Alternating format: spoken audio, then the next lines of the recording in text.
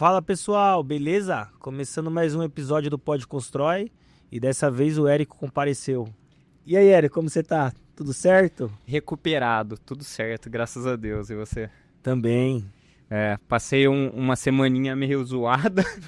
Não tava muito bem, né? Não. Abandonou a gente. São os imprevistos da vida, né? Tá certo. Acontece, mas o importante é viver, vamos tocando.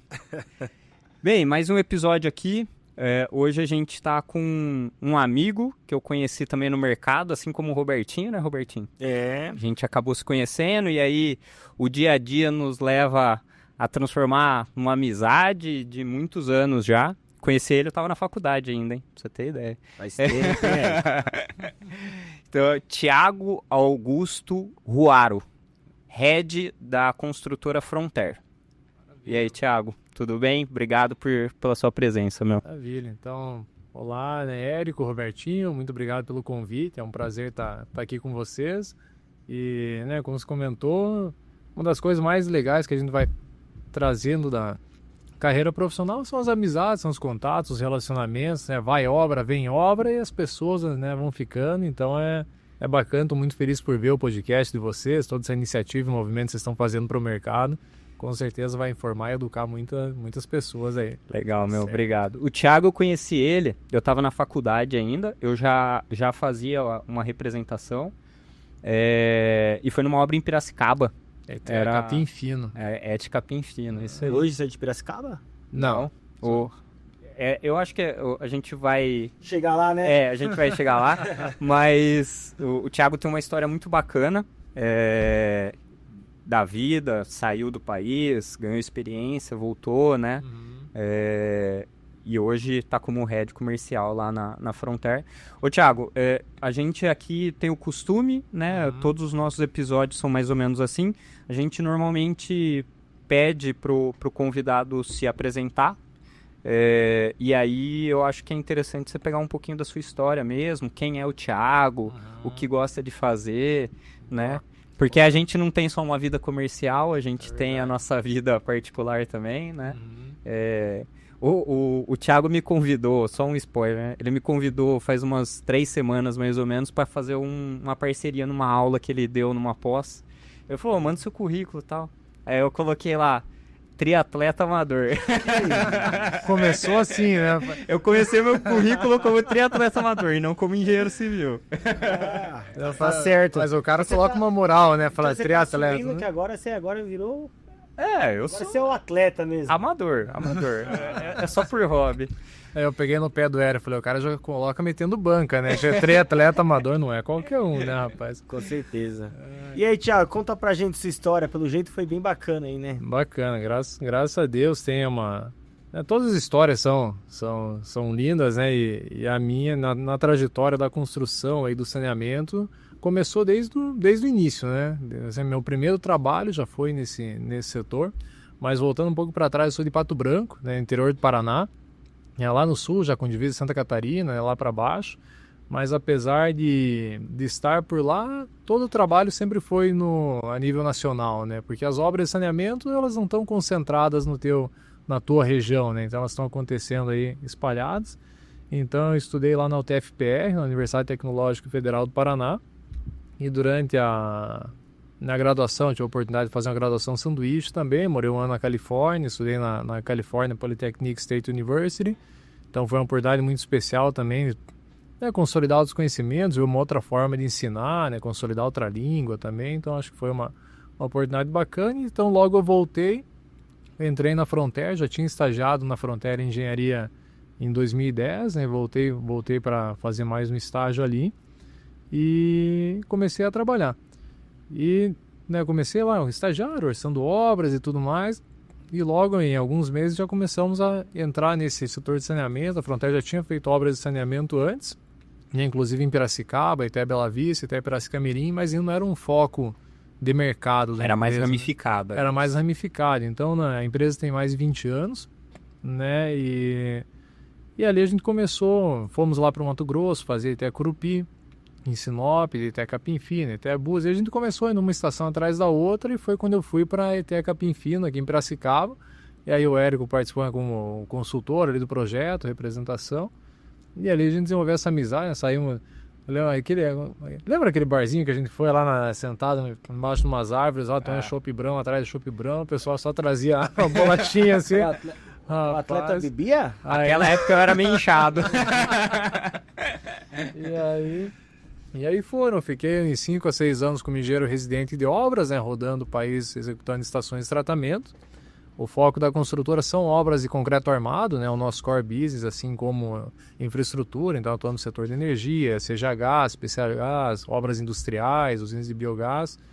E com o passar do tempo comecei a desenvolver esse aspecto comercial, né, então lá por 2021 eu assumi o setor comercial da empresa, né, já faz uns 4 anos então que eu estou, né, rodando o Brasil agora com um foco diferente, né, mais em gerar negócios, fazer negócios e supervisionar as obras um nível um pouco mais distante, mas ainda assim presente em todos os contratos, né? E na parte de saneamento, né, que você está falando que vocês estão pegando, vocês estão indo mais para a linha pública ou privada? Boa, 100% privada.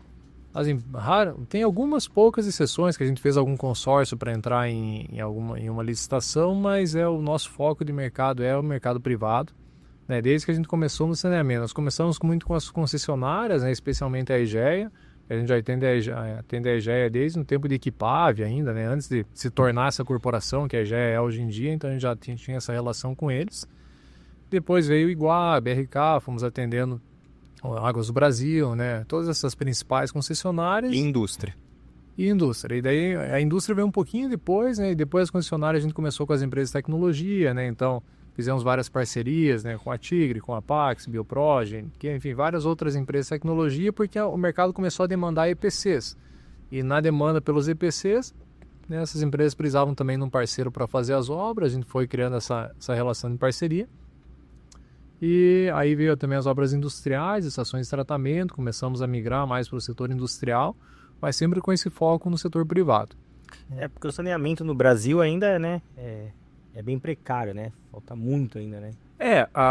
O estado de São Paulo, ele é um pouco diferente do restante do país, porque o estado de São Paulo, ele tem algumas leis, algumas coisas que vêm antes do que o marco do saneamento, né? Que, se eu não me engano, era 2021, se eu não me engano, ele foi aprovado nisso. E então, o estado de São Paulo ele já está um pouquinho na frente aí na questão do saneamento. Mas depois do marco do saneamento, a ideia é abranger nível Brasil, né? E por isso que eu vejo muito a Fronter, que hoje eu acho que vocês já atuaram em todos os estados já do Acho que ainda não todos, mas Centro-Oeste, Sul e Sudeste todos e alguns estados do Nordeste. Não chegamos a fazer obras no Norte e não temos tanto portfólio no Nordeste ainda. Tem algumas ações comerciais, mas não... A logística, o Brasil é grande, né? Sim, aí sair do sul, assim, às vezes começa a ficar um pouco competitiva, dependendo das mobilizações que a gente tem que fazer. Então você pega que nem uma construtora do Paraná, que atua em quase todos os estados. Então você começa a ver que o mercado do saneamento está movimentando, né? Demanda. E isso a gente percebia muito e percebe até hoje.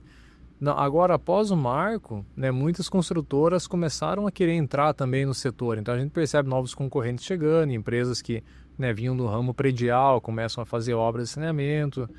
Então a gente percebe esse movimento acontecendo no mercado, mas é um fato, de fato curioso, né? Às vezes a gente olha para lá de Pato Branco, interior do Paraná, e assim, o pessoal liga para nós e quer que a gente vá fazer obra no Mato Grosso, São Paulo, Rio, onde quer que seja, devido ao know-how e expertise, né? Então a gente consegue perceber através da nossa própria vivência que não são tantas empresas assim que atuam com foco e com expertise nisso, né? Então... A concorrência ainda não é tão grande, né? Isso, não é tão disseminado. Então, assim, muitas outras construtoras fazendo obras prediais, residenciais, do que infraestrutura nichado, né? Então, temos esse contato com o mercado e, assim, graças a Deus, o pessoal vai gostando do nosso trabalho, vai indicando e vai pedindo para seguir fazendo, né? E faz questão que a gente viaje para fazer. Eu vou aproveitar esse gancho, porque quando a gente pensa em saneamento, ou a gente está pensando em tubulação, então o que está enterrado, mas a hora que a gente pensa numa estrutura de uma ET ou de uma ETA, a gente pensa só nas estruturas hidráulicas em si, na civil ali, né? Só que hoje o know-how não é só nisso. Know-how é você ter parceiros na parte de eletromecânica, né? Que são componentes que fazem... Se eu não me engano, na curva ABC deve ser até os mais caros, não é? Sim. E aí você vai ter... porque a eletromecânica ela vai trazer uma inteligência em conjunto, né? Você pode pensar só a montagem e instalação em si, mas envolve a engenharia, detalhamento dos equipamentos, envolve a performance dos equipamentos, então o pessoal saber... Ele já vai trazer a engenharia de projetos, né? Então desde a especificação, mas quanto mais você conseguir envolver esses parceiros com experiência e que consigam acoplar um escopo de forma que eles tenham interesse em ser competitivos também com equipamentos, é interessante. Por que eu falo isso? Você tem várias formas e possibilidades de contrato, né? E alguns, quando envolve vamos colocar, é uma forma de não colocar mal as palavras, mas às vezes tem um projetista que ele quer só fazer o projeto, não está tão preocupado assim com o quanto isso vai custar lá na ponta. Então, você tende a ter projetos muito bons no papel, robustos, né, muito robustos, que com certeza vão operar muito bem, mas que a conta não fecha lá na ponta. Fica muito alto. Fica muito alto. E o setor de saneamento, apesar de estar nesse boom de crescimento, de ter o marco, né, regulatório, então tem essa meta de universalização do saneamento, né, até 2033, se eu não estou enganado. Se eu não me engano, é. E está tendo todo esse movimento da privatização, né? As grandes concessionárias estão privatizando e pegando cada vez mais mercado, que traz mais agilidade, só que a gente percebe lá na ponta os custos muito achatados. Então, não é raro a gente fazer orçamentos, receber demandas e trabalhar em orçamentos, e aí o projeto é inviabilizado em função do custo. E aí a concessionária já está na expectativa de até licença ambiental, né, para começar um trabalho, tem que voltar para a prancheta, né, que repensar o processo e tudo mais para poder fazer caber. Então, se você conseguir já começar esse estudo pensando em montar um time, né, multidisciplinar, né, que traga um conhecimento de engenharia e processo, conhecimento de obras, conhecimento de instalações, você consegue ter possivelmente um custo mais assertivo, não só para obras, mas também pensando no teu custo operacional depois, né? Assim como todo setor que envolve engenharia, o certo é pensar antes de executar. Então, hoje eu acho que dos maiores bate-papos que eu tenho com o Thiago é a reengenharia, né, Thiago? Então, hoje, a maioria dos projetos que chega para ele, a conta não fecha, que é o que ele comentou. É um valor muito alto. Vamos lá, eu vejo muito no saneamento o engenheiro civil calculista e não um especialista em saneamento, em estrutura hidráulica. Perfeito. Né? Então, quando você envolve, e não é criticando, porque o engenheiro calculista tem o papel dele, né? Mas tudo que você se especializa é melhor, né? Então, quando você pega um calculista que o foco principal dele é a estrutura hidráulica, ele começa a pensar, né, na questão de, será que eu não estou exagerando na taxa de aço, espessura de parede? Às vezes compensa eu fazer um tanque apoiado? Será que às vezes não é melhor eu fazer semi-enterrado ou enterrado? Você começa a ter essas... Pra viabilizar, né? Exato. O custo dessa... Eu acho que hoje a maior conversa minha e do Thiago é na questão de viabilização. Tanto de estrutura, que ele vem fazendo um trabalho legal pra caramba nisso, quanto na parte de proteção. E aí que é um pouco mais do nosso dia a dia, assim, né, Thiago? É isso mesmo. E a gente já chegou... Enfim, só... alguns cases, assim, recebemos um projeto para orçamento que aquela obra em si tinha 4.000 cúbicos de concreto, né, dimensionados. Só que a gente, né, batendo o olho, você já fala, cara, isso aqui está muito, muito carregado. Aí mandamos para um parceiro especialista, né, Dr. Walter, ali da NGW, aqui de São Paulo, inclusive. Chegamos em 1.700 metros cúbicos de concreto numa reengenharia, então menos da metade. Menos da metade. Então, assim, traz uma pessoa que é especialista, que tem o seu valor agregado, naturalmente, mas consegue prestar um serviço de qualidade, né, para esse setor. Então, esse trabalho da reengenharia é constante e hoje, fala assim, é raro a gente conseguir vender um projeto sem fazer algum nível de reengenharia e detalhamento, né? Seja fundações, estruturas, valores muito alto, né? Tem obras para todos os portes, assim, mas... Você tem um custo por vazão, mais ou menos? Custos índices das plantas? Olha, há 5 anos atrás se falava em R$180 mil o litro por segundo tratado. Hoje isso já está na faixa, né? A inflação tá terrível, né? Então já está na faixa de R$350 mil o litro por segundo, né? Uma obra Mas que dobrou. completa. Só que o custo aumentou, mas o CAPEX está preso lá atrás, né?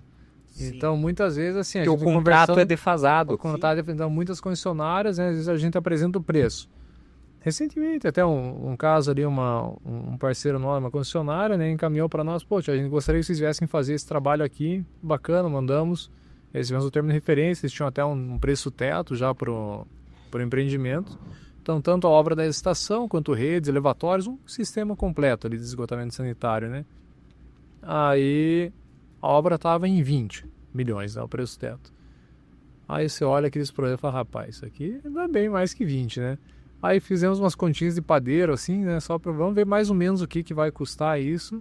Umas contas de padeiro, na casa dos 38. Falei, cara, nós estamos o dobro do preço. Aí liguei para o cliente e falei, cara, esse valor aqui não é viável apresentar uma.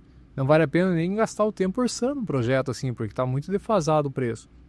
E aí fomos conversando, buscando opções, mas ele fica limitado num CAPEX já projetado, né? Isso que eu falo. Então, aí você começa a ter alguns cenários que acontecem no mercado. Ou, né, a pessoa que precisa fazer investimento ali, a concessionária, vai fazer uma reengenharia, ou para estudar para baixar uma vazão de repente, para colocar para fazer um investimento futuro, para ir compensando essa vazão no futuro, eles conseguem baixar o custo, ou vai pensar processo, né, ou vai pensar um negócio que tenha menor OPEX no final. Aí eu comecei a ter esse nível de discussão. Ou, por outro lado, que a gente também vê, que vem com a frase com que eu comentei antes, tem muitos entrantes no setor e pessoas que não têm experiência com obras de saneamento e não tem histórico de produtividade, histórico de custos, e às vezes, né, naquela ânsia de entrar no setor, o cara Fechar a obra. quer fechar a obra, ele não quer ter resultado, ele quer fechar a obra. Muitas vezes não vai aguentar terminar, né? E aí, tipo, o cara vai e toma prejuízo numa, e de repente ele aguenta uma, às vezes aguenta, só que para nós, que a gente até brinca, né? Se for para sair de casa para não ter resultado, a gente fica tomando chimarrão em casa, porque vai se incomodar um ano inteiro fazendo uma obra para não ter resultado depois. Então, só que muitas vezes os entrantes não pensam assim. A gente acaba perdendo o negócio. Só que aí o cara coloca um aditivo no meio do caminho. E aí, para o contratante, às vezes é melhor pagar um aditivo e terminar a obra do que ter um trauma de rescindir o contrato, trazer outro, ficar mais caro. Só que para nós a gente já perdeu muitas vezes um contrato por isso, né?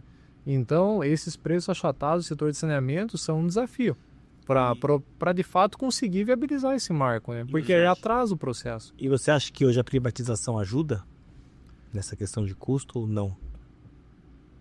Eu tenho pouca experiência no setor público, né? Mas o que eu percebo é que a privatização ela traz de fato mais agilidade em termos especialmente dos processos de contratação e mais flexibilidade.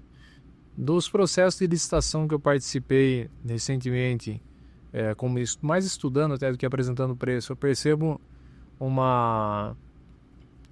pouco mais de conservadorismo nas rotas de tratamento, né, nas tecnologias usadas para tratamento. Eu percebo que o mercado privado ele se abre mais a novas tecnologias.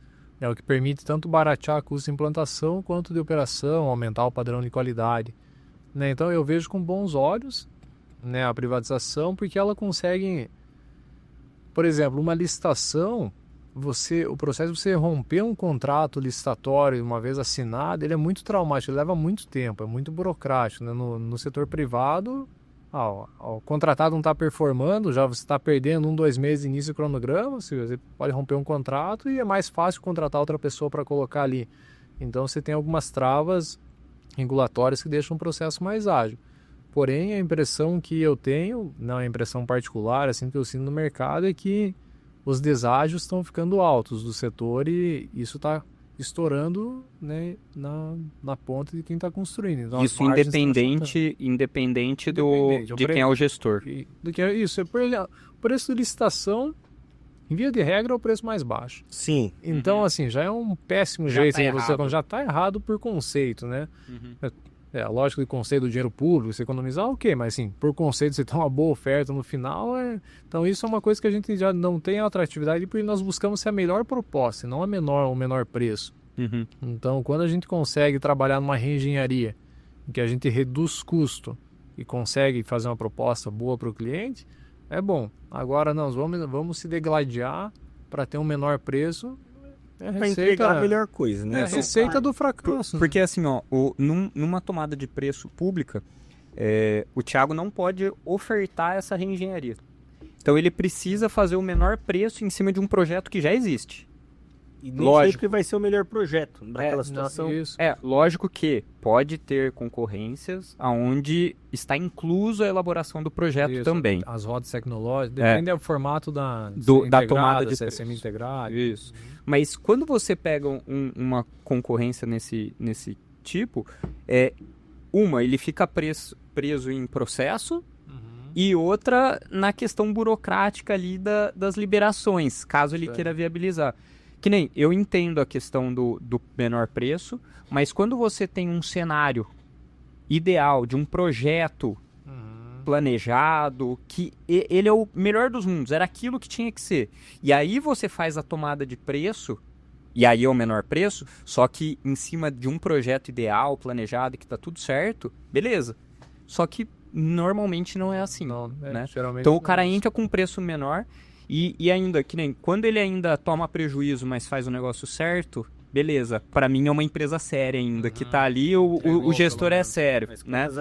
Tudo que vai ficar escondido. Os que esquece. Quantas obras que eu vi que chegava lá, só tinha a cabeça da estaca, às vezes. Não tinha feito a estaca inteira, sabe? Diminui taxa de aço sem comentar que diminuiu. Chega lá, o fiscal chega, já tá concretado. Então, Bitola, né? E aí vai, né? É isso que acarreta a questão da gestão pública, porque você não tem uma fiscalização, eles nem têm braço para isso, entendeu? É diferente de quando você pega uma empresa privada, que ela depende daquilo, é o ganha-pão dela. Ela quer que o negócio seja entregue certo e com o menor preço, porque é onde vai sobrar a margem dela, né? Com certeza. Ô, Thiago, qual que é, assim, a maior dor hoje sua do mercado, assim, como construtora do segmento? Porque até onde eu vejo, a gente tem o cliente final, né, que não necessariamente é o seu contrato, porque a gente tem o detentor, às vezes, da tecnologia também nesse meio, e depois vem vocês. Então você é como se fosse, não sei se é a maioria do seu contrato ou se isso é só às vezes, mas normalmente você é o terceirizado do negócio ali, né?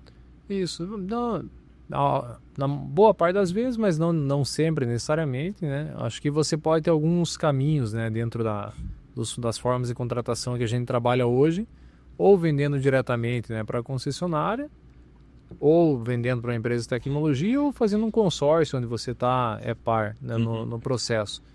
Então, mas eu vejo que é uma dor de todos, não só nossa, mas conversando com outras construtoras e parceiros também, cada vez mais a nossa mão de obra da construção civil está perdendo qualificação, né? Então é uma batalha conseguir mão de obra, capacitar a mão de obra e manter essa equipe. E quando o mercado dá uma aquecida em termos de demandas, investimentos, né? Então fica um pouco mais escasso. E ao mesmo tempo, essa mão de obra está cada vez mais cara, né? E isso entra, né, naquela questão dos custos, né? Porque vai subindo, né? Vai inflacionando tudo. Então, nossa mão de obra hoje ela tem ficado mais cara, né? Os encargos cada vez mais pesados, né? Segurança do trabalho cada vez mais pesado, o que é válido por um lado, por outro lado os custos não necessariamente, os preços não necessariamente acompanham os custos, né? Então a gente percebe num canteiro de obras hoje é uma burocracia muito maior para se trabalhar do que 10 anos atrás. Então, claro, você tem cenários dentro de uma fábrica, você vai ter um nível de burocracia para se trabalhar. Você tem obras dentro de uma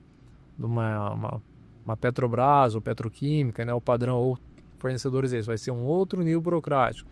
O saneamento até então ele era um setor um pouco menos, né, com menos burocracia para se operar. E ele está ficando cada vez mais demandante, né? Então está vindo cada vez... Porque quando vem, especialmente os fundos de investimento externos, Eles vão trazer essa demanda muito forte pelo ESG, enfim, pela segurança do trabalho. E isso vai aumentando a demanda e fiscalização, e quanto mais burocrático o teu processo de trabalho, seja liberar uma frente de serviço, seja gerar documentação, o que quer que seja, isso fica mais caro.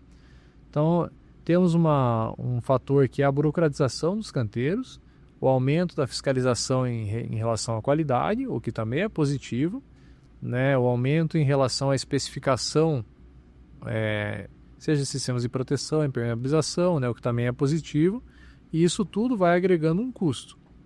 E aí mas como eu comentei nisso, uma dor nossa não é fazer o serviço nos moldes a ser feitos, nós temos que agregar todos esses custos, e a conta está aquela conta de quando não tinha essa demanda. Então a gente percebe que todo esse custo a mais está sendo repassado muito para a ponta da corda, né? Agora, esse é um ponto.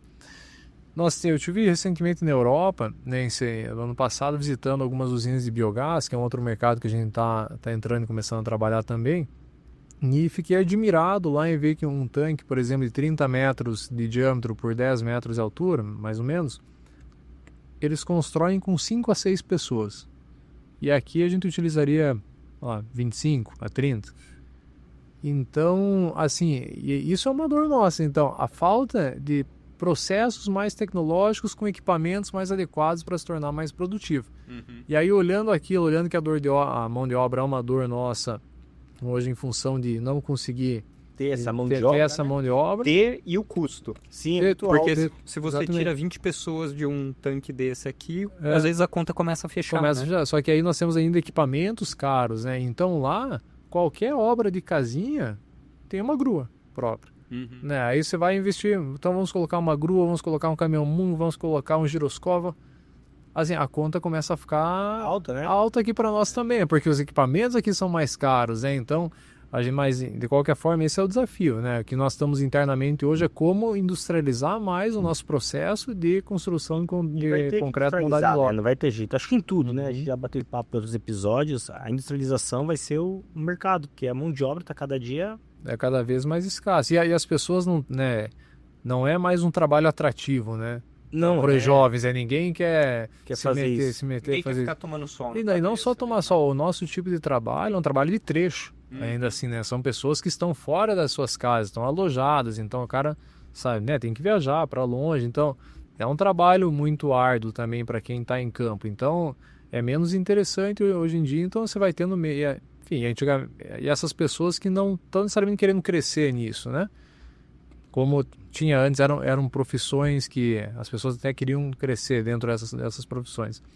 Bem, então acho que esse é um ponto, a nossa dificuldade com mão de obra e aumento de custo, porque a parte técnica, o fazer a obra...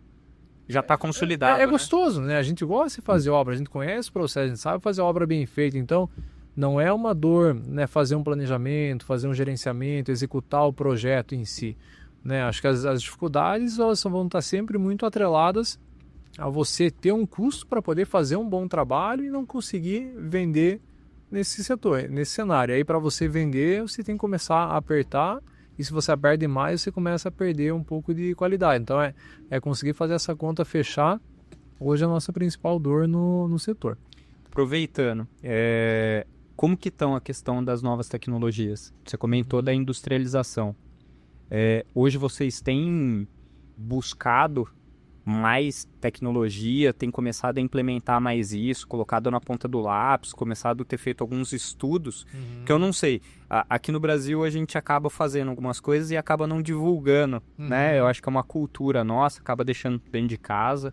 Eu vejo isso por nós lá também.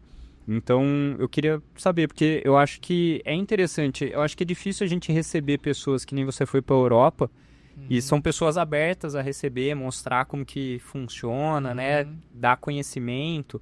Isso daqui vocês têm feito, esse tipo de ação? Nós temos estudado, né? Temos tentado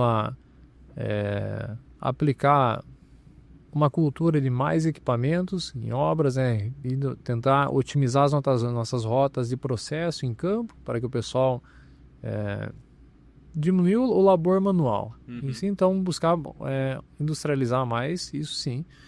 Agora, em termos de tecnologia, né, desde a questão da fibra de vidro, né, que nós estávamos conversando até mais cedo, então buscar outras rotas de tecnologia para onde você possa reduzir as tuas taxas de aço nos concretos. Então, reduzir aço significa reduzir necessariamente também armadores, né? Então, é menos tempo beneficiando o aço, menos tempo aplicando, carregando, etc.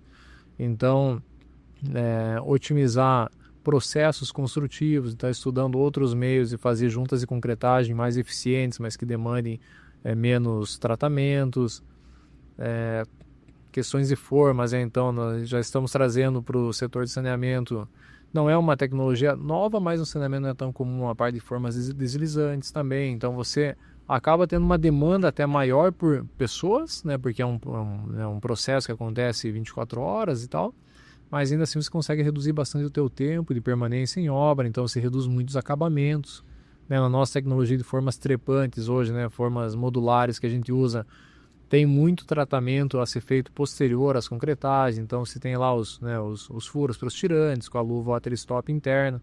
E aí até curioso, porque nós fazemos um processo, a gente tira todos os tubinhos de PVC, passa uma ponte de aderência, né, aplica na full fill, né, aplica uma argamassa polimérica, faz um band-aid com cristalizante ou algum outro material. E a gente está sempre em contato, né, e aprendendo sobre isso, e a gente vê que funciona, porque tem que ficar indo tratar posterior ao negócio estar pronto é complicado. Mas aí só um comentário curioso, há pouco tempo atrás, faz até uns 15 dias, uma outra construtora me ligou pedindo ajuda para uma obra, porque, né, mão de obra está complicado, como eu comentei antes. Então, não tem sido incomum eu receber contato de outras construtoras pedindo para que eu orce o serviço. Né? Então, se tem mão de obra disponível, você consegue mandar para nós aqui uma equipe para terminar essa obra, enfim. Daí até essa obra era uma obra aqui de São Paulo, da Sabesp. Era uma construtora entrante no mercado. Né? Os caras orçaram a obra. Eles já tinham passado 3 empreiteiros dentro da obra. Então, os caras não conseguiam subir aquela estrutura. Nossa. E aí eles contrataram os empreiteiros por metro cúbico de concreto. Aí o primeiro empreiteiro fez a laje de fundo e caiu fora. Começou a ficar o pé ali. Foi lá o segundo, não deu conta. E aí, e veja só, uma construtora que nunca tinha feito assim, não tem equipe própria, contrata empreiteiros de concreto, mas muitas vezes são empreiteiros de obras prediais. Né? E muitas vezes são nem empresas, né? Ele contrata. Não são empresas, não, é um mestre de obra com a equipe dele, né? O cara vai lá, executa, ele acha que vai dar certo. Tem aqueles contratos de CLT temporário, tem... Então, assim, o pessoal, cara, é um cara que já conhecia, ele era de uma concessionária, conhecia a gente de outras obras, né? Falou, Thiago, eu sei que vocês fazem bem, eu preciso de ajuda. Agora, ele, né, foi contratar para essa outra empresa, tô com um problemão aqui. Aí eu fui orçar. Só que daí volta na mesma dor. Assim, tinha ficado só, sabe, a famosa carne de pescoço na obra, né? Todo o filé mignon já tinha um raspado ali. Então você tinha um monte de parte chata de construir, pouco produtiva, mas tinha que colocar um efetivo grande, mobilizar uma equipe. Custo foi lá pra cima. Daí dava um custo X, mas ele tava, daí já ia bem abaixo, né? Bem abaixo. Falei, cara, infelizmente eu gostaria muito de ajudar, né? Mas não tem condição, né? E aí, mas por que eu tava falando isso? Quando eu fui conversar com ele, eu fui perguntar, e o parte do tratamento de concreto? Você quer que eu inclua no meu pacote aqui ou não? Você quer que eu só construa e depois coloque alguém para dar tratamento? Aí ele falou, não, pode, não precisa nesse momento. Eu pedi, como que você faz? Não, a gente só coloca uma argamassa lá. Então assim, não tirava os tubos de PVC, não tinha ponte de ligação, não tinha argamassa polimérica, não, era colocar uma argamassa e tudo bem. Aí põe em carga, vaza, depois e o custo fica lá o vem. problema. Mas entendeu? será que o projeto estava bem detalhado também, né? Tem tudo isso. É que esse tipo de obra, Robertinho, quando a gente fala em estrutura hidráulica, o cliente coloca lá que ele não aceita uma estrutura vazando. Como você vai entregar aquilo, Tanto faz. o problema é seu. E normalmente a solução, depois de um caso desse, você desmobilizou, é vir fazendo injeção, por exemplo. E aí é um sistema onde você vai pagar 400, 500 reais o litro injetado e você não sabe o quanto você tem que injetar. Né? É muito mais barato você fazer a primeira vez bem feito, né? Mas esse é a grande questão das obras, né? Que a gente vê muitos problemas em obra pluva, que é isso, né? Então, o cara faz para durar 5 anos, 4 anos, nem sei se dura tudo isso, e volta depois de gastando o triplo do que ia gastar fazendo certo. Mas na cabeça economizou na hora da execução. Bom, E é o que a gente estava comentando ali até nos bastidores ali antes, a falta do conhecimento sobre o mercado, sobre a importância da impermeabilização, a importância da proteção no concreto. Apesar que no saneamento, pelo menos nas concessionárias com as quais eu atuo, já tem já existe, já está formada essa visão que é importante. A fiscalização já sabe o que ela quer. Isso aí. Aí, quem sabe, não consideraram tão bem nos custos. mas já tem a noção que é importante, né? Ter isso. Então, por exemplo, em termos de tecnologia, a nossa busca, a nossa batalha hoje é buscar processos que reduzam etapas construtivas, né? Porque, basicamente, toda a nossa lógica de pensamento futuro para médio prazo a mão de obra vai estar cada vez mais escassa, cada vez menos qualificada, de forma geral. Então, nós temos que manter um time bom e qualificá-los a ponto de eles conseguirem executar processos melhores e mais rápidos, mas e a gente também, por outro lado, pensar em engenharia, os processos construtivos para reduzir etapas e reduzir a necessidade de mãos fazendo efetivamente. Então, quais equipamentos, quais sistemas de formas, etc., a gente pode trazer para fazer esse processo ser mais efetivo, né? Legal. Então, acho que essa é a nossa lição de casa para sobreviver como empresa, sinceramente, porque fazer o que a gente está fazendo, o que o mercado faz de forma geral hoje, daqui a 10 anos, não me parece que vai ser mais viável, sabe? Então, vai rolar, né? A gente passou um período aí muito dos tanques com parede vitrificada, né? Tava muito em febre, tava em alta isso. Era até difícil você encontrar fornecedor, porque eles não estavam conseguindo nem atender o mercado. Hoje, tá muito mais caro já, por conta de importação, a gente não tem fabricante aqui no Brasil. Você enxerga que esse mercado, né, a gente ainda tem a opção do aço, né, das chapas de aço, mas a vida útil começa a ficar muito mais baixa, né, ela começa a diminuir muito. Você ainda enxerga o tanque vitrificado como futuro ainda do saneamento? Eu acho que ele conquistou um mercado, ele conquistou o lugar dele, a tecnologia, né? Algumas coisas que eu ouço, assim, nossa, já tivemos várias obras em que foram aplicados tanques vitrificados, temos amigos do setor também que trabalham com isso, né? Agora, eu começo a ouvir, assim, alguns ruídos até sobre, não ruídos, conversas e com outras pessoas, outros profissionais, que eles têm apresentado algumas patologias um pouquinho crônicas na parte dos parafusos, algumas fissuras em função da dilatação térmica, e acaba que é um problema que está sendo bem difícil resolver. E o pessoal tem começado a se questionar um pouco sobre se é viável.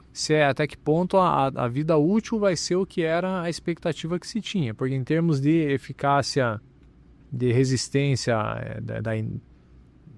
da reatividade que ele tem ao não coefluente é muito bom, né?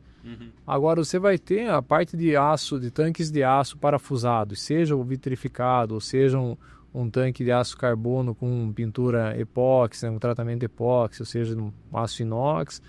A gente volta a pensar em industrialização, né? Que é o que eu estava falando. Então, é uma boa opção. Né? Você consegue torná-lo atrativo, apesar do custo do aço ainda estar aumentando. Quando começou o aço vitrificado, estava muito difícil ganhar dele com concreto, por exemplo.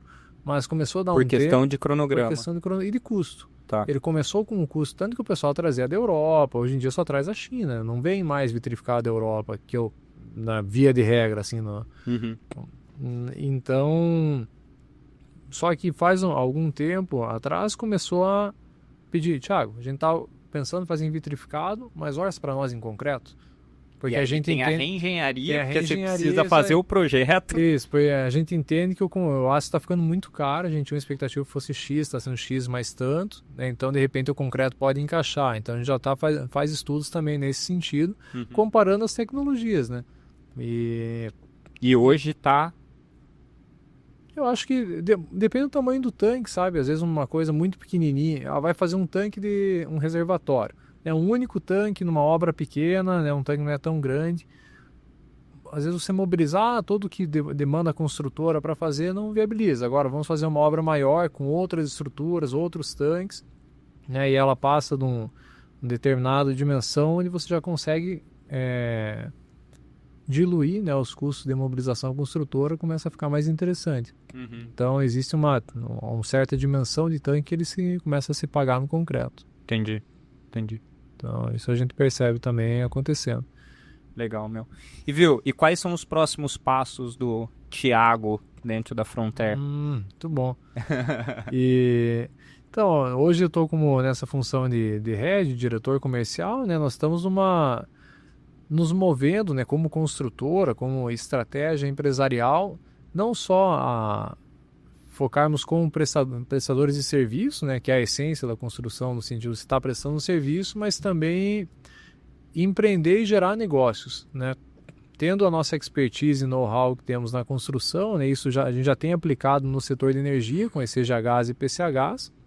Então, é empreender nos setores, né? Hoje, na Usinas, a gente tem então projetos de energia, né, projetos de usinas, buscar investidores, colocar esse negócio de pé, né, construir, enfim, a Fronter como construtora entra fazendo parte desse empreendimento, construindo, levantando e usando nosso know-how de gestão para deixar isso de pé também e viabilizar. Nos campos de prestação de serviço, né, fluir, capilarizar mais dentro do saneamento. Hoje nós não trabalhamos com redes, por exemplo, então uma coisa que a gente tem vamos começar a fazer mais redes também, porque a demanda no setor de saneamento é muito grande. Redes, 70%, 80% do investimento são obras lineares. Não é o nosso core. Né? Não é o nosso core business, mas a gente tem se questionado, tem muito dinheiro na mesa ali, né? Tem muita demanda por boas empresas, então tem amigos aqui do Sul também, que estão saindo para Manaus, para Fortaleza, para trabalhar porque faltam fornecedores qualificados. E normalmente é o não destrutivo, né, que o pessoal tem feito. Tem também não destrutivo, então a gente vai se desafiar um pouco nesse caminho também. Nos setores de biogás também é um setor que a gente enxerga com muito bons olhos, um setor nascente no país e que vai começar a gerar cada vez mais demanda. Está dentro da nossa know-how e expertise, né, que são tanques de concreto, obras hidráulicas, é o que a gente faz todo dia. Então temos esse desafio pela frente e nós também seguimos na indústria, né, com obras de estações industriais, é uma demanda constante, também focamos no setor da agroindústria, né. Então, a gente percebe um movimento muito grande acontecendo no Mato Grosso do Sul, até mesmo Paraná. Então, a gente quer estar participando também com esses players no mercado. Ô, Thiago, mas a visão de vocês é ainda continuar como um prestador de serviço da parte de execução. Vocês não pegam parte de gestão de contrato, por exemplo, que nem na parte de energias. Normalmente, a gente vê que o pessoal constrói uma PCH e eles operam por um determinado período. Hoje vocês fazem isso já? A gente tanto presta serviço construindo usinas, né, para os grupos empreendedores, quanto construímos as nossas próprias, né? Então a parte de operação, etc, né? O negócio no fim da ponta é vender energia, né? Então não seria fazer a obra, mas sim vender energia. E isso não acontece para o saneamento? O saneamento é o que a Equipave fez, né? Virou a EGEA, né? Era uma construtora que se tornou a EGEA. Então, isso e as outras, basicamente, Águas do Brasil, né? A Carioca. Então, você tem geralmente essas, né, concessionárias de rodovia, de aeroportos, de saneamento. No fim do dia, são construtoras com muito capital alocado que tem uma visão como a pergunta, né, que se faz, como podemos ter receita recorrente, né? Então a receita recorrente é uma venda mensal padrão, como acontece no saneamento, no pedágio, enfim. Então e a construtora fazendo serviços, ela depende de fechar um contrato, executar, faturar esse contrato, termina, fecha outro, enfim, aí você fica muito na dependência da vontade da outra parte e do cronograma da outra parte em construir, né? Sim. Então, acho que tem sido já um questionamento estratégico nosso como, né, ter uma geração de receita recorrente sem depender tanto das variações e flutuações do mercado, porque houve o tempo de ouro da construção, né? Então, das grandes usinas, das grandes obras, né? Então, quando eu entrei na engenharia, né, precisa-se engenheiros e aqueles salários astronômicos eu e tudo. Eu entrei na baixa já. E disse que não teria engenheiro, não sei. E aí quando eu comecei a entrar no mercado, tipo, né, começou essa parte declinando, e graças a Deus a gente se firmou no mercado e foi crescendo aqui junto, mas inclusive, né, muitos colegas da faculdade não foram para a área de engenharia e tudo, porque o mercado não abarcou todo mundo como era a expectativa, né? E aí, mas então, você vê que, e a gente está no mercado, a gente conhece as margens do mercado, né? Então, nós consideramos, e daí parece que eu estou o podcast inteiro chorando sobre isso, né? Mas, não, mas é um ponto que é uma provocação, assim, porque você para olhar o que é a construção civil e qual que é o tamanho do problema que são resolvidos através das obras, né?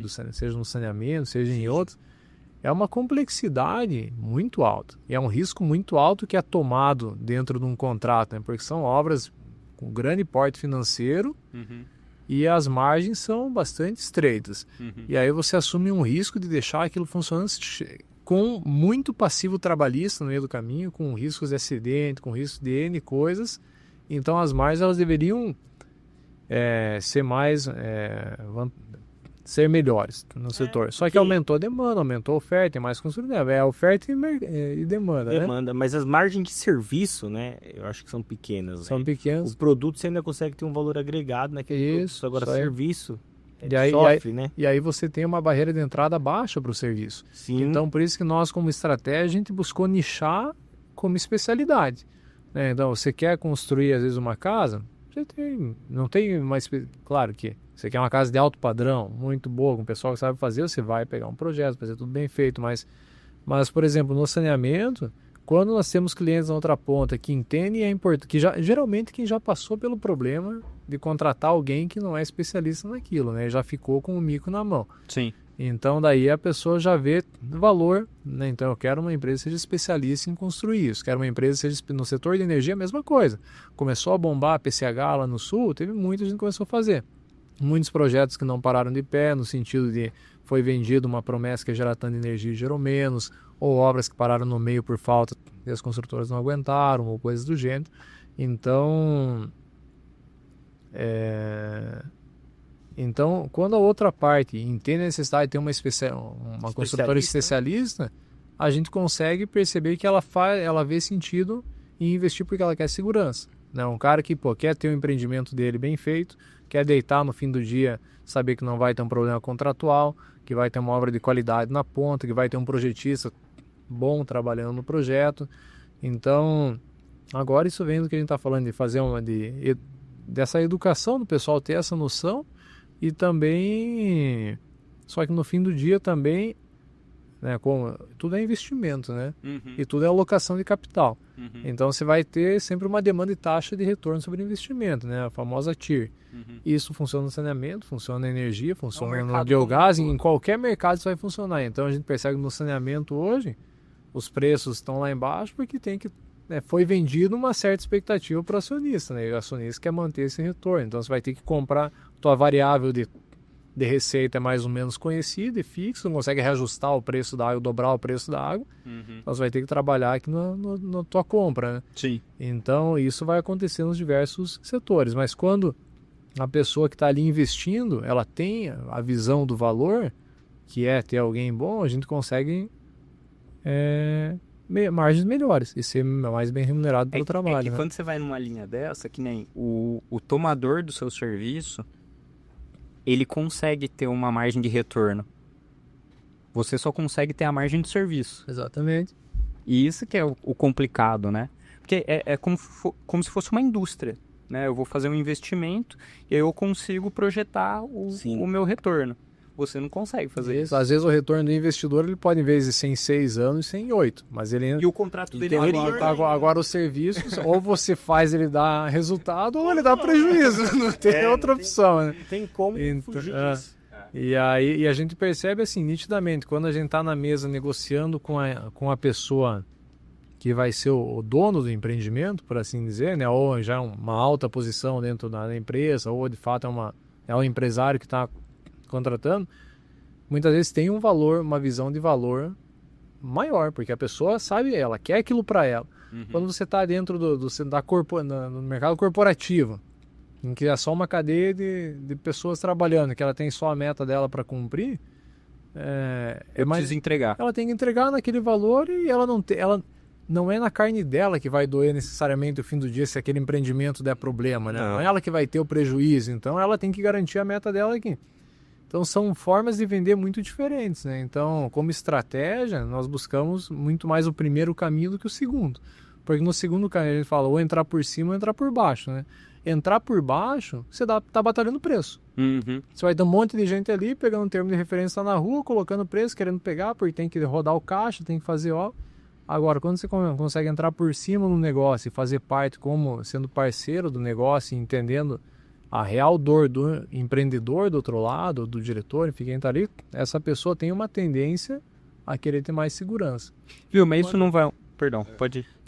Essa diferença, que você deve sentir esse impacto que nem se explicou agora, quando você fala em trabalhar para uma indústria, em trabalhar num consórcio, né, para uma concessionária. É exatamente isso. É isso que eu ia perguntar. Isso daí não muda de acordo com o tomador de serviço Muda, seu? total. Porque você tem uma indústria que o cara depende daquilo, às vezes, para rodar, e quanto tempo parado ele vê custo ali dele, né? Foi assim, vamos pegar o exemplo de um laticínio, por exemplo, né? Então ele tem a estação de tratamento. Se ele tiver um problema naquela estação de tratamento dele, ele pode comprometer a linha de processo. A linha de produção. Não, e pode chegar para o cliente final ainda, dependendo do que acontecer, que isso pode gerar um desastre. Pode quebrar, né? Você vai para uma indústria alimentícia, laticínio, quando você tem uma qualidade envolvida muito, né, no teu produto final, seja de um tratamento de água, né, mas próprio efluente posterior, você tem um outro nível de criticidade. Mas um outro ponto que é bem interessante de se pensar é porque dentro do saneamento, o tratamento de água é onde a concessionária teoricamente ganha dinheiro, e o esgoto é onde ela tenta perder menos, né? Porque ela não consegue necessariamente cobrar ou agregar muito valor no esgoto. Mas pensando no saneamento fora da parte financeira da coisa, é fundamental, é um negócio que a gente tem que correr atrás e regularizar o quanto antes, só que a conta tem que ir parando de pé. Agora, quando se consegue mudar a tua ótica, agora só que você vai ter que ir um pouco mais para o lado industrial, se você consegue usar da tua estação para ela te gerar de alguma forma receita, a conversa muda, porque você pode ter... Hoje tem a questão de geração de biogás, né? E a depender do volume que você tem de efluente, da característica desse efluente, você pode fazer com que esse efluente gere biogás. E esse biogás você pode queimar numa caldeira. E você queimando biogás na caldeira, você está reduzindo o seu custo de energia. Então, daqui a pouco, aquela estação que estava lá no fundo da fábrica, que era só umas lagoas velhas, tudo furada, que ninguém dava bola e que pensava só naquilo como um custo, se você repensar a engenharia dele, tiver as condições necessárias para isso, ela pode ser uma fonte de receita. Sim. E aí, quando você está falando de fonte de receita, é uma conversa muito mais gostosa de se ter. Porque quando o empresário, né, quando a empresa tem que fazer uma estação, mas aquilo é uma dor, né? Porque eu tenho que fazer porque eu tenho que fazer, né? Porque tem a parte ambiental, eu não posso despejar isso aqui. Estou sendo obrigado a gastar. Eu estou sendo obrigado a gastar. Então o cara quer gastar o menos possível. Pega, né, sabe? Resolve esse problema para mim e gasta o menos possível do meu dinheiro aqui, boa. Agora, não, isso aqui tem um valor agregado. Com isso aqui eu consigo gerar energia. Então, se eu ia gastar X energia, agora eu gasto X. Daqui a pouco a gente está falando de uma TIR sobre a ETE. Né? Em quanto tempo essa ETE se paga? Nós temos casos, a gente está trabalhando em conjunto assim, que em 2 anos a estação vai se pagar. E a estação vai começar a gerar dinheiro para a empresa. Então, olha como muda a atratividade. Claro que ele não vai fazer qualquer custo. Claro que vai ter um gestor de suprimentos que vai estar ali massacrando quem está vendendo. O processo segue, mas é diferente a conversa. Uhum. É diferente o interesse. Então, essa também é uma outra provocação para começar a se olhar para o setor de saneamento, para as estações, como que elas podem começar a gerar receitas, não ser só sistemas deficitários por natureza, né? Ô, Thiago, então, aproveitando, eu sei, a gente está chegando quase nos nossos limites de tempo aqui, mas eu gosto muito do setor, eu estou envolvido no setor também há muito tempo. Pensando nisso, você vê uma movimentação, porque assim, o biogás ele pode vir de tudo, literalmente ele pode vir de tudo. Ele tem a questão de desempenho. Existem uns que têm uma melhor taxa de queima e outros que têm uma menor taxa, e isso vai impactar no tipo de equipamento e tudo mais, volume e tudo. Mas, você tem visto isso sendo movimentado para a parte de tratamento nosso, assim, do saneamento convencional, ou isso só dentro da indústria, Porque, assim, o nosso convencional, a gente pensa em grandes volumes, porque você está captando da rede pública, né, da população. Então, por mais que o gás não seja tão eficiente quanto da indústria, mas ainda você tem um grande volume. Vocês têm feito alguma coisa nesse sentido? Vocês têm visto o mercado se mexer nesse sentido? Não vemos uma grande movimentação, mas existem já cases, né? Por exemplo, a ETE Ribeirão, lá em Ribeirão Preto, da GS Nima, que opera ela, tem geração de biogás agregado, e é uma estação grande volume. Então, a geração de biogás, ela vai ter uma necessidade, né, do efluente ali, mas ele vai ter que ter uma carga de sólidos relativamente alta para você conseguir ter um bom desempenho. Então, é importante também a geração de lodo, para que você tenha esse lodo, que é onde você vai ser o que vai estar sendo convertido ali pelas bactérias em biogás. Aí, se você vai para uma tecnologia que gera pouco lodo, que é bom, porque lodo, via de regra, é custo, você perde um pouco do potencial do gás. Mas você, por outro lado, você baixa o teu custo já com lodo. Agora, se você tem uma outra tecnologia que gera mais lodo, que gera mais gás no processo também, pode ser que feche a conta. Aí vai ter que só cada caso a caso, mas eu acho que isso vai começar a ser mais viável quando se pensa em larga escala. Em escalas maiores, né? Aí você tem em aterros sanitários, é muito utilizado já tem sido muito aplicado, mas no saneamento você tem cases, né, basicamente a lógica que eu percebo assim, no setor de saneamento, a maturidade do saneamento, primeiro você trata a água, depois trata o esgoto, depois começa a se preocupar com o lodo, que é gerado no processo, e a partir dali você vai pensar em outras, né, uma cadeia. Então, alguns lugares estão começando agora a se preocupar com o esgoto, alguns lugares têm água, estão chegando. Onde já está mais maduro, o pessoal já está debatendo como vamos tratar o lodo. Né? Alguns outros lugares têm uma engenharia, um maior capital, maior possibilidade, estão fazendo iniciativas com gás também. Então, mas não é o mainstream, assim, não é o que está em pauta, né? Tá. Porque, o pessoal fala muito de energia, né? Energia limpa e tal. Tá. A moda, né? O futuro da energia é você ter vários geradores de energia. Isso. Sim. Então, tipo, não é pensar, hidrelétrica, não sei o quê, o custo que demanda e tudo mais, beleza, foi o que ajudou a gente estar aqui hoje e tal, mas a hora que você pensa, por exemplo, numa estação de tratamento de esgoto, quantas cidades a gente tem só dentro do estado de São Paulo?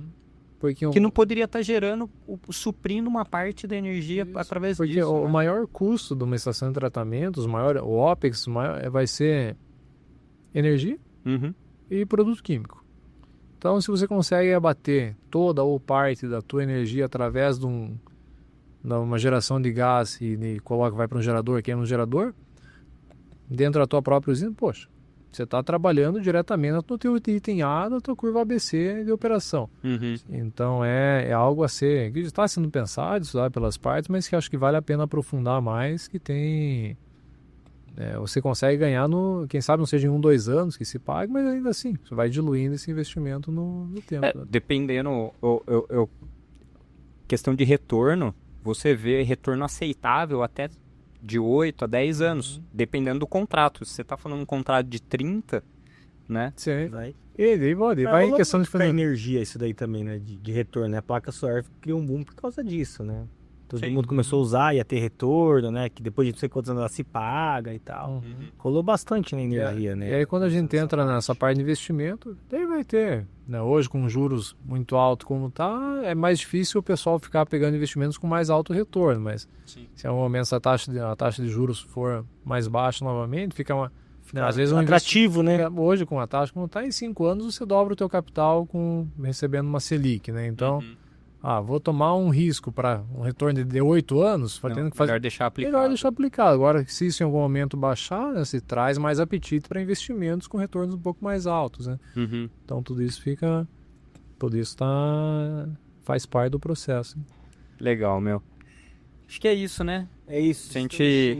A gente tem uma limitação aqui, que eu te comentei, que é de 1 hora. Passa rápido, né, rapaz? Passa rápido, meu. Meu Deus. Passa rápido. Parece que agora que aqueceu para começar. Agora que vamos começar a conversa. Porque o legal do bate-papo assim, é que vão surgindo pautas e você vai puxando alguns assuntos que a hora que atrai muito a gente gosta às vezes desse tipo de pauta, você começa a querer puxar mais assunto, né, Então, mas a gente ainda fica um pouco limitado aí no tempo que a gente estipulou para os episódios, né, Robertinho? Sim. Mas, meu, muito obrigado.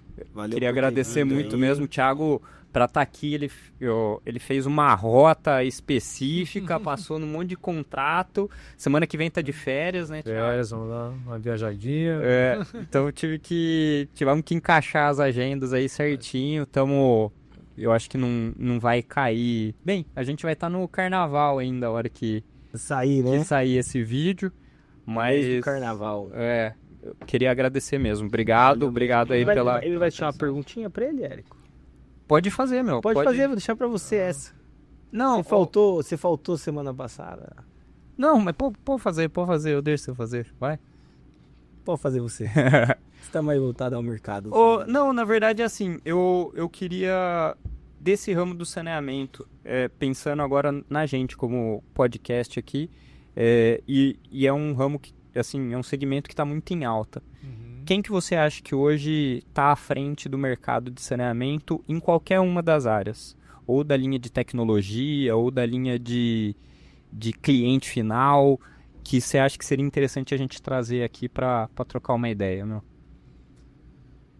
Eu acho que em termos de concessionárias, como cliente final, eu acho que a Egea hoje tem puxado o mercado, tem tracionado, né, o mercado em função da agressividade deles nos investimentos. Então seria bacana trazer alguém para pensar especialmente colocar na mesa a pauta da privatização e como isso pode trazer benefícios para o setor, né, como que eles têm pensado as estratégias, que é bem válido. E em termos de tecnologia, né, temos nossos amigos da Tigre, da Águas e Fluentes. Então acho que, né, a gente já trabalhou, fez muitas obras com eles. Eles estão trazendo, né, a tecnologia da Bioproge, né, lá de São Carlos, que é o Biobob. Então eles estão fazendo, repensando muito e colocando muito em pauta em como a tecnologia pode agregar para a operação em termos de redução de custos, de load, energia, etc. Então acho que é um pessoal bacana também para conversar. A gente conhece assim, o resultado do trabalho deles, para a gente estar junto com eles.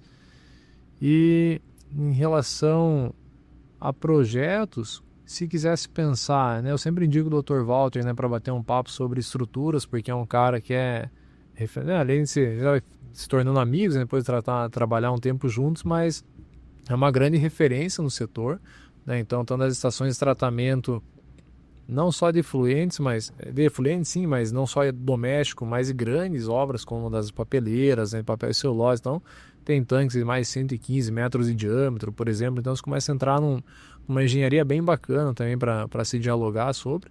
Então, são alguns contatos que eu acabo trocando bastante, sempre aprendendo em conjunto aí. Legal. Beleza, meu. Deixou a dica aí. Deixou a Se dica. convidar. Deixou a dica, gente. Agora só tem que correr atrás.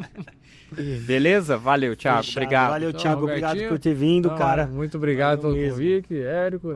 Valeu, foi um prazer estar aqui. Espero que tenha de alguma forma aí contribuído para o pessoal que está assistindo nós, e fico aberto, e quando for necessário, possível, tá por aí de novo para bater mais um papo. E Show.